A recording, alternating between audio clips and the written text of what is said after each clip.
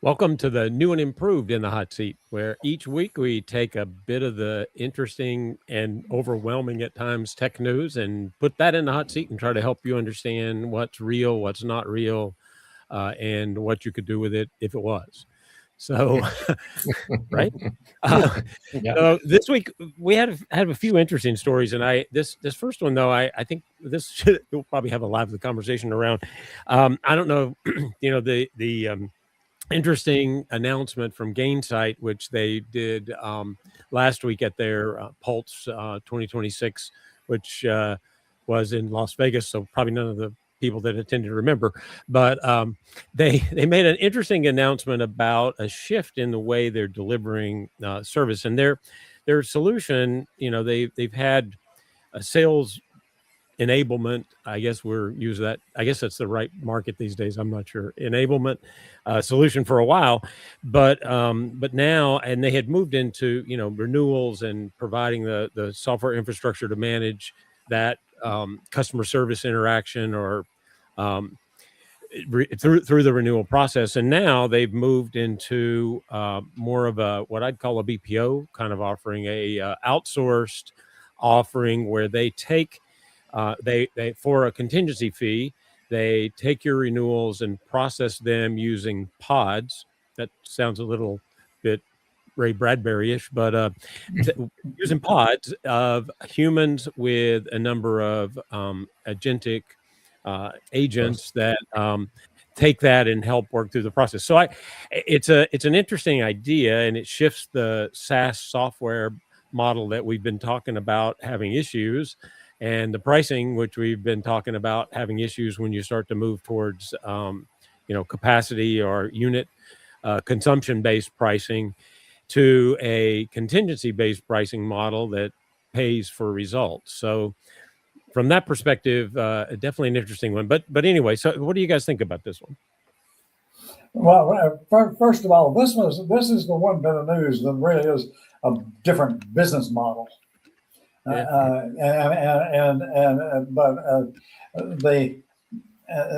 mean, it's a major change,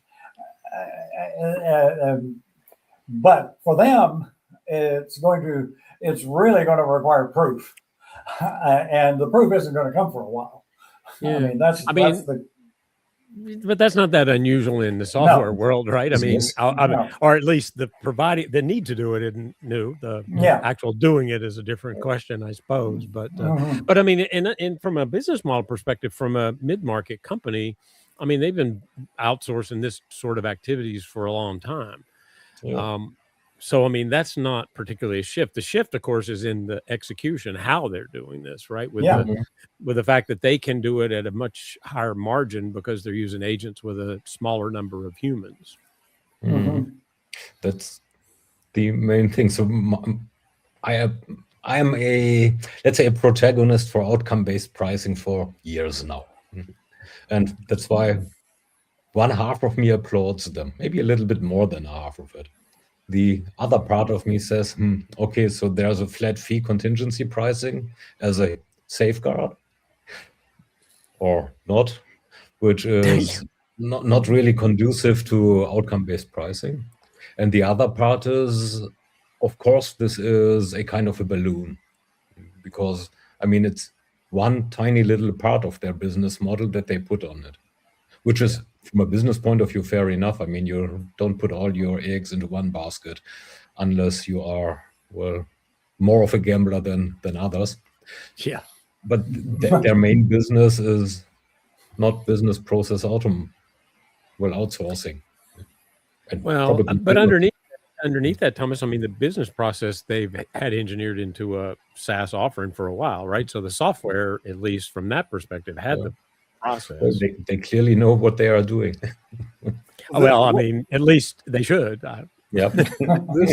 This AI native services packaging, isn't that sort of how Palantir started. Like their code didn't actually exist in a productized way in the beginning, and so they just used it themselves and surrounded it with their own people to deliver outcomes for organizations, and now they're a fairly successful company.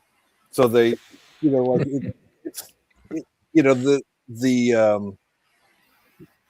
they can't just. It seems to me, at least, they can't just wrap this up and sell it as a bot.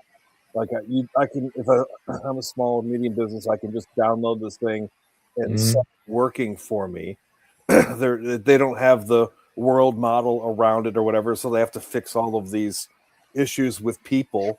And rather than try and convince small and medium businesses who don't have the people to train their people to plug these holes, they're just going to do it and become experts at it. And once they've plugged one hole for one customer, it's probably the same hole, and they can get really good at this. And so the question I had more was the thing about renewals as an objective or as a space that they're concentrating on is that's part of the spine of your business, the acquisition, the driving to revenue, customer satisfaction, renewal. That is the business that every company is in.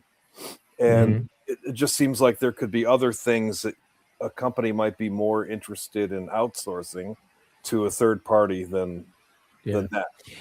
I mean, but if you think, man, I don't disagree. There are certainly more critical functions that you could, but I guess the question here is like, okay, this is what Gainsight knows, right? I mean, this is the area of business they've been working in for many years now. And so they already have that relationship. And if you're a company that's constrained by this, you could, use agents yourself and build this out yourself. But if you're a mid-market company and you're constrained by resources, I mean, it could appear pretty attractive. And frankly, the companies have outsourced BDR, SDR processes for years. Why not customer success? I mean, I don't. It is a very critical function. There's no question about that. But then outsourcing your payroll is too. Well, payroll's not really a differentiator. It is if you don't pay it. If it don't work, but on the other hand, there are plenty of businesses that just can't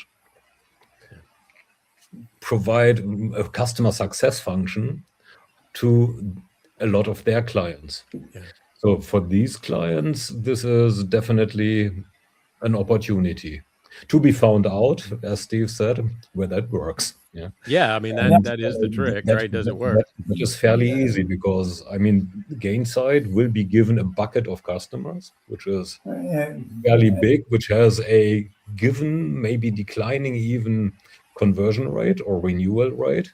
And, well, this rate either stays where it is or it changes in one or the other direction. And that measures it is easy. It's very transparent, right? I mean, it's different than consumption-based pricing because you can certainly see the output. So this is a workflow, which is interesting. Like in and of itself, like maybe I can outsource this workflow for this market, and I'm outsourcing it to somebody that knows way more about this and has way more resources than I do. And so it might be the best of available solutions for that market. Yeah, and it's a big business model shift if you think about it from a software company perspective. But it does open this up for a lot of mid-sized SaaS companies to add in a function in whatever that process is that they're working in that could potentially outsource to their own agents versus building the agents and putting them in an environment where they don't have control over them and have much less or much increased risk from both sides of that. Well, to some degree, the shift I see here is moving away from the black box version of software to here's a glass box. You can watch this process take place and decide what its value is. As long as they don't drop the box. It might still be a black box. It might still be a black box. And for Gainsight, there is quite a long-term upside as well. What they are doing with it is they are training their own agents with their own people on various businesses. So over time, their human involvement will decline as well, making their agents, the digital ones, better. So Yeah, I mean, an increase in their margins significantly over well, time. it creates a really sexy data business for them. They're going to know more about renewals than any other company. Yep. Yeah, I mean, that's an interesting sub point, but you're right. I mean, a lot of SaaS companies over time figure out how to monetize the data in the back end. So that can become quite sticky as well, because they will know more about your renewals at your company than you yourself. Yeah. That should be a bit scary. Yeah, I mean, I'll give you that. It is a bit risky, but again, think about, things that have been outsourced for years that are scary, but it seems to work. And if you don't have if it's not core to the operation and you can, then companies will try it for sure. I would love to talk to some of the pilot customers. I haven't, reached out to them, but that'd be interesting. Well, I've seen the same kind of thing for years in the third-party logistics organizations. Mm-hmm. They work for a whole lot of different companies, and the truth of the matter is they learn stuff in one company that they'll apply for another one. And consequently, they know more about the logistics part of a business than the business itself does. So it's really hard to get rid of them. And I think we're looking at a similar situation here. It's going to be hard to throw them out, because if you throw them out, you're going to be throwing out institutional knowledge. Yeah, that's true. So that's a very interesting business model move that they take. It is, and this is definitely one to watch. Well, so shifting gears a little bit, a couple of weeks ago, I was at Salesforce Tableau's user conference, and during the main stage presentation, they talked a fair bit about a coming soon feature. I guess that's kind of a feature of Salesforce main stage presentations anyway, but they talked a little bit about the idea of conversational analytics. And there was, at the presentation, but also later in the hallways and talking to some of the customers, there was a lot of interest from customers about being able to shift from dashboards to conversational UIs, which, I mean, again, not a big surprise, but anyway, so this week there was another, or I guess this was last week, another announcement. Pete, Mike, what? Shouldn't we first heat or douse the? Oh, you're right. Sorry, we got to get our little signs. I totally forgot about that. We are missing them. Yeah. So are we? What do we think about the Gainsight announcement? Well, I'm going to say heat with qualification, and that is, I'd like to see more proof. I think the idea is hot. I want to see some of the outcomes. Well, if I need to be binary, it's a thumbs up. if I make it a bit more fuzzy, it's still more up than it's probably it's trending up. How about that? I'll give you that. I'll give you that. What do you think, Pete? I'm going to give it a thumbs up.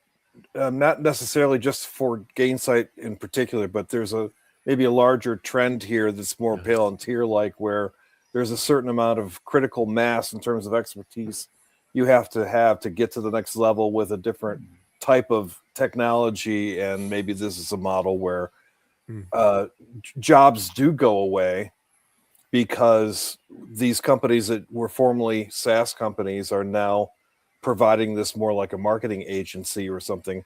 And there's no reason to have 50 marketing agencies doing this. You could have 2 or 3, and that could change the even need for this software. And so now you've got a completely different kind of it'd be interesting to see what their competitors do too, right? I mean, Chorus and SalesLoft and some of the others. It'd be interesting to see how they respond to this over the next couple of months. That's a great point too.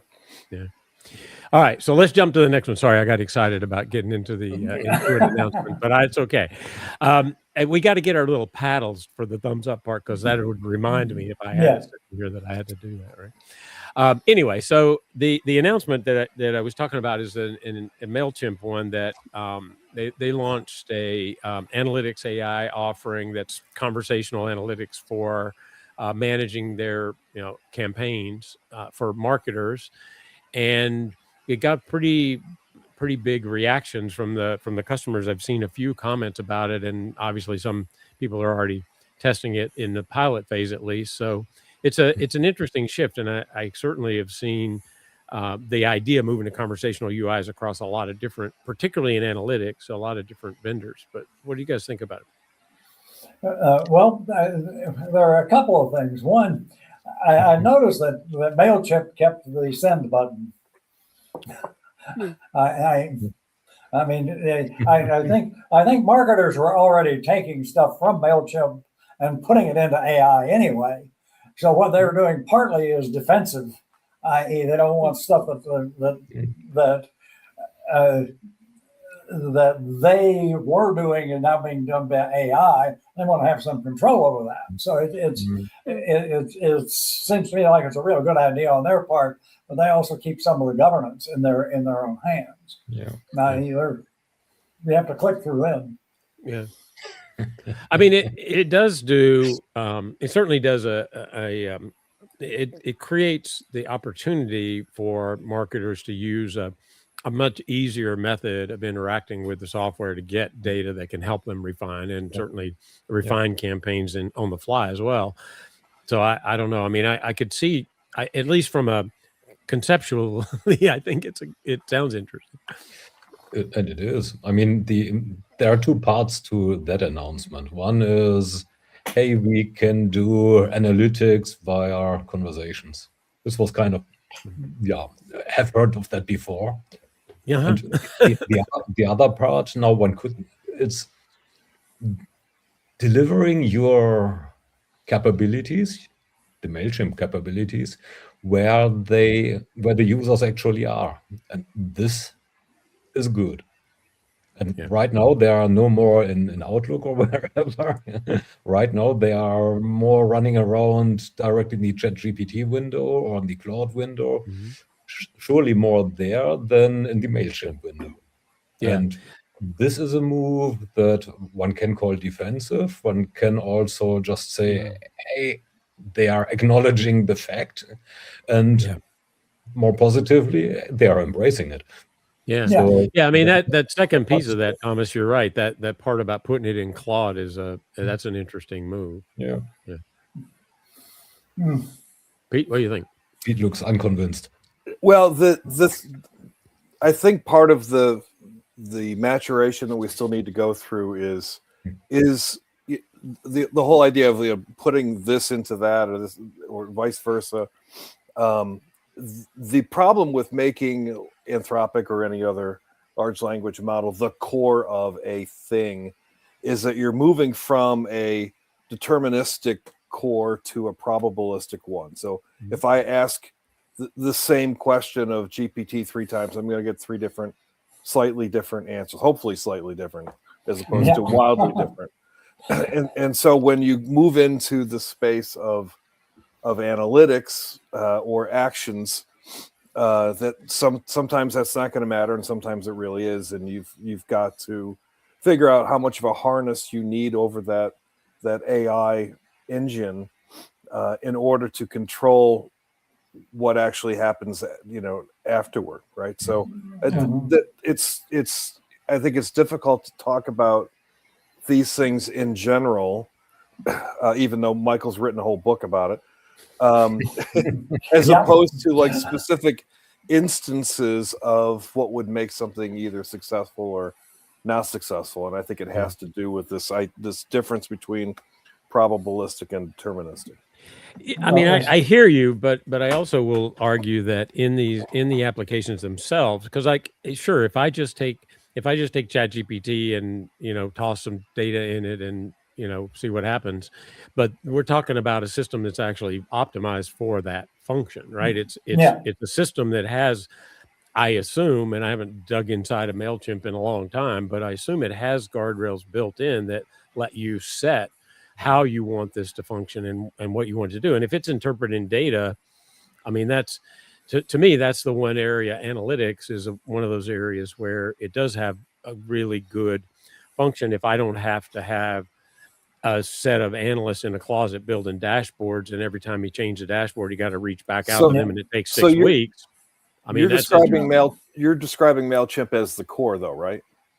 Well, they are the core. They are the core. Exactly. So, but my point is that there are businesses popping up where Anthropic would be the core, and now it's got some, wrapper around it that does something.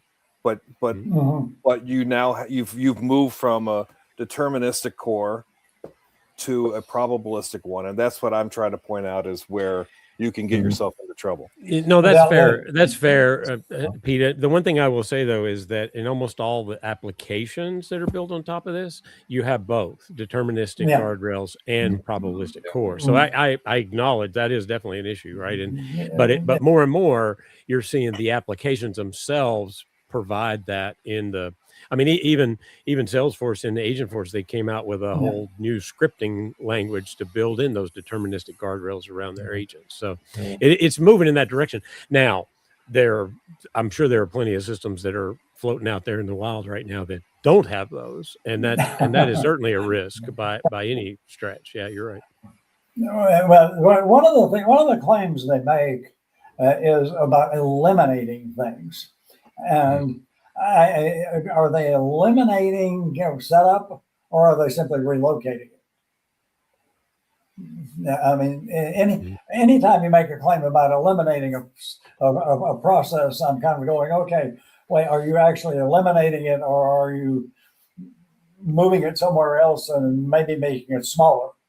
They talk about eliminating manual reporting. Okay. Does that simply move it over to the AI window and then mean that if it's screwed up, it needs to be debugged? Well, no, but I mean, yes, but the problem in the past has been that when those functions aren't something I can easily control myself, then I have to go to an analyst to get it done. By the time I get the data differently that I want to look at, it's already old news and I don't care anymore because the campaign already flopped. Yeah.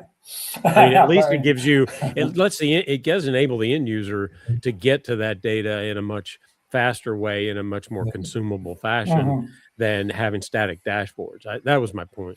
Oh yeah. I've heard a lot of people say, please get rid of the dashboards for me. Anything you can do to get rid of the dashboards. Steve, that's also why I thought that part is more on me, because that kind of dynamic dashboard you get anyways, with or without Claude, if you build the infrastructure. And I'm quite sure they built the infrastructure and just expose it via Claude, ChatGPT, Grok, whatever may be behind that around as well. Interesting. Well, I mean, it seems like it's definitely an interesting announcement, and I guess we'll have to watch how that plays out over time. But I mean, what do you think? Let's do our vote here. Steve, what do you think? I'm again. I've got a qualified. It looks good, but again, you've got the proof coming out. So I'm going to give it, I'm calling 8 out of 10 along those lines, and that is great idea. Let's see how it works. Thomas? Well, I'm doing pretty much the same as with the other one. So I guess the heat is on, but not because of the dashboards or the analytics via conversation, but more by embracing the fact that people do not work in your application frame, but somewhere else. Yeah. And well, what can you do better these days than embracing the chat window of a large language model provider? Yeah, no, that's fair. Pete? I'll give it a thumbs up, but it's tough to argue against increased intelligence in my applications, right? Making the counter argument there is kind of a waste of everybody's time. But the thing that I think that this points to is as these markets evolve, what is it going to do to the incumbents, and how much of that functionality can be made good enough to to say, okay, I don't have to have Mailchimp anymore. I can do it inside of Anthropic, or I don't have to have this company anymore. And I think there's going to be more and more of that, where I don't have to have 75 zillion providers. I can have 72 zillion, something like that. Yeah. You have to have AI to manage that, I think. I mean, I would go thumbs up too. But I like the idea of conversational analytics. I think from a user perspective, it does make things much more user friendly and reduces the overhead, so that those data analysts are actually focused on things that add a lot of value down the road versus changing some stupid report that, or dashboard that, it's much more easily to do. Don't get me wrong. When I say that's a May, I say that's a May because I mean, I know that since 2019, and that's not exactly news. Fair. That's fair. That's fair. All right. So we have time for one more quick hit. And we only 4 minutes, so can we do this in 4 minutes? Because I really want to hear Pete's opinion of this one. Oh God. So Microsoft. I figured Microsoft announced that Dynamics 365 Sales Agent is the new sales command center, daily command center for sellers, stronger conversational access to sales data, expanded mobile, in-context experience, deeper governance, extensibility, and new native integrations across sales, service, and ERP. So this is the new Microsoft Sales Agent is your go-to for all your sales needs. What do you think, Pete? So the bottom line for me is, I mean, we all know that some percentage of data in CRM is not accurate. And you think? And if this intelligence is acting on bad data, then you're gonna get misled or worse, and you're gonna be focused on it. I'm not a huge fan of salespeople looking into some crystal ball that's internally focused and not spending their time and attention on the customer. So to the extent that you can make me look at the crystal ball less, then I'm interested in whatever that innovation is. If you're making me look at the crystal ball more, then I'm not doing what you hired me to do, and it's probably not going to move the revenue needle. I mean, maybe I'm giving you an agent to look at the crystal ball for you.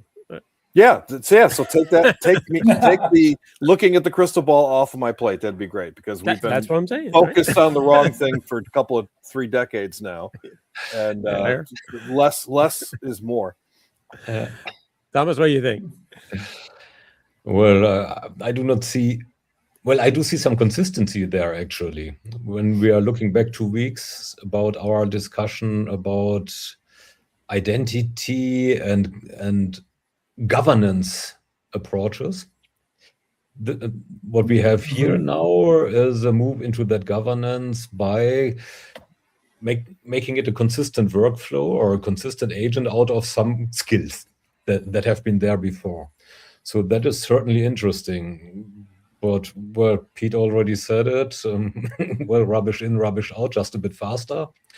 And well, at least you get the bad answers faster. The other one is it's far out. So for Microsoft, this is it is. That actually gets into my view of it, and that is, if they're as good at this as they are at, say, Copilot, I'm not sure I trust anything they're doing. I mean that's a fair assessment based on our hot or not, I guess. But I mean, the one thing that jumped out when I read this, that I do think it is interesting to consolidate the whole workflow into one role-based agent, right? Because it's been kind of broken into smaller process pieces, which that definitely to me doesn't seem like the right approach. So I guess that's the one piece of this that kind of went like, okay, this actually does look interesting. But anyway, what do we think? Hot or not? Not so. Not so. I'm gonna be contrarian and go. We don't have that. We don't have a 3D paddle. We have a 2D. No, we do. Okay. All right. Well, so any last thoughts before we run out of the clock here? I just want to end with agreeing with you for one of these episodes, in terms of the value of consolidating this into a single view as opposed to having lots of disconnected systems and with part of the answer of something like that's obviously a no-brainer. It's been more difficult to do in the past, and it's getting easier, and that's a good thing. So that's a thumbs up on the idea of a single painted glass, essentially. Yeah.